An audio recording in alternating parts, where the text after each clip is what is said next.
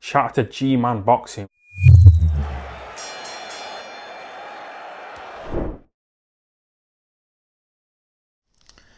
Alright people, quick video here. Given my 2 cents on this Chris Eubank Sr. interview with a guy called Rob Moore. Now, I wasn't aware of this interview until a couple of hours ago really. A few people messaged me on Twitter and said, would you give it a watch? The title says bizarre, and it is a little bit. I said I'll give it a watch, and I also seen on Element as well. There was a few people in Hatman's group which were posting, links to it as well, and they were saying, they're a bit worried about Eubank Senior in this. So I said, right, I'll have a look at it, and straight off the bat, it is a very almost theatrical in a way. Chris Eubank Senior is coming across, certainly at the start of it, very almost theatrical.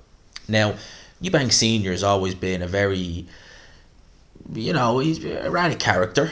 I think it's fair to say he's always been, you see him even a couple of years ago, in interviews and things like that, but never this theatrical. Now, it was reported, I think the end of September, that Chris Eubank Sr. was in a clinic in South Africa, I believe. This is what was reported anyway. He was having some issues, with up there, the mental health department.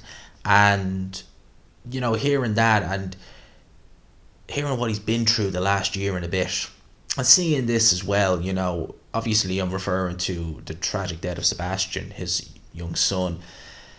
I think Sebastian would have only been about 30, 31, and look, I don't have any kids, and with the way things are looking, I don't think I ever will, but I don't even want to comprehend what that must be like to lose your son, especially in such sudden circumstances like Sebastian. You can tell how badly it's affecting Chris Eubank Sr. And in the interview, he spoke about Sebastian and such a loving way. He said that even though he was the father and Sebastian was the son, Sebastian taught him many things, patience being one of them, and he says he still carries those lessons now, which I thought was a very nice tribute to Sebastian as well, that almost saying no matter how old you are, you can learn things from your offspring, and you take them lessons with you. And that was what Eubank Sr. was saying. But the whole interview in a nutshell, it was a strange one. And I do worry about Chris Eubank Jr. in that interview, because seeing how he was and seeing how just bizarre, for want of a better word, I know that was what they put at the start of the interview, it did come across that way. It really did. And I do worry about him, because I never watched Chris Eubank Jr. or Sr. live, but obviously after the fact, when I started learning about boxing, I learned about Chris Eubank Sr. I think Jr. only just started really pro, but I don't think he was pro long prior to him fighting Billy Joe Saunders. And when you watch Chris Eubank Sr., I would have loved to have seen him in his prime. I would have loved to, but you look at his career and you look at everything that's happened in it, his life in general. I mean, like, you can tell that Michael Watson, what happened there, affects him very badly even to this day. You compound that with some of the other things that have happened, the death, obviously the tragic death of Sebastian, the whole Conor Ben situation. My heart goes out to Chris Eubank Sr., it really does. So watching that interview, I was kind of looking at it like, I hope he's okay.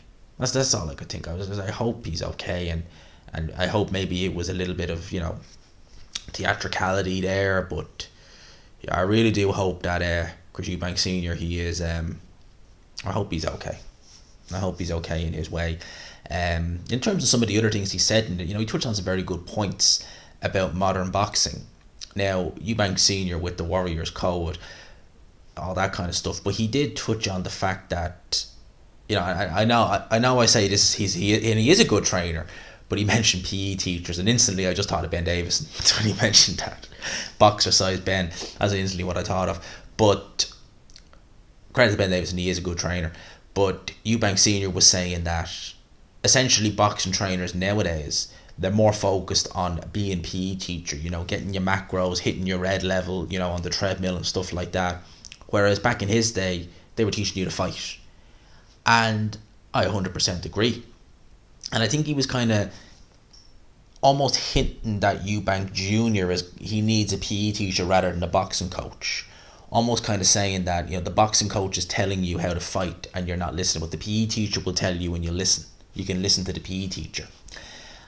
And, Eubank Senior, when he said that, I was like, he's actually pretty spot on.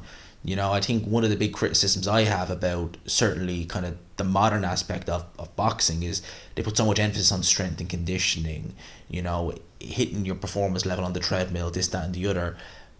But yet you see these guys on fight night and a lot of them have poor stamina. You're just like, well, you do all that, you do all this in the gym with all these, guys who know how to hit your max and your VO2 max and stuff like that. And, you look at the guys back in the 80s, the 70s, some of them going 15 rounds and they were still throwing punches, hell for leather in the 15th round, and they were living on literally just steak, carbs and veg. The story of Rocky Marciano every day after training. I remember watching, I think it was, which fight was it? It might have been the Lewis fight, where if you go back and watch that, it's on YouTube, they show both guys training. I think it was the Joe Lewis fight. And they said that Rocky Marciano, 3 pounds of steak, potatoes and greens. That was his meal. And my guy could throw punches like they were going out of fashion. Now, he wasn't a big heavyweight, truth be told. Today he'd be a super middleweight. But still, the guy did not stop throwing punches for 15 rounds. It was crazy.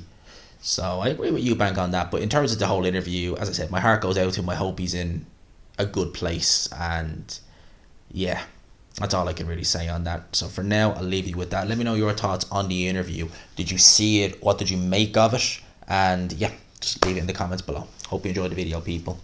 Peace.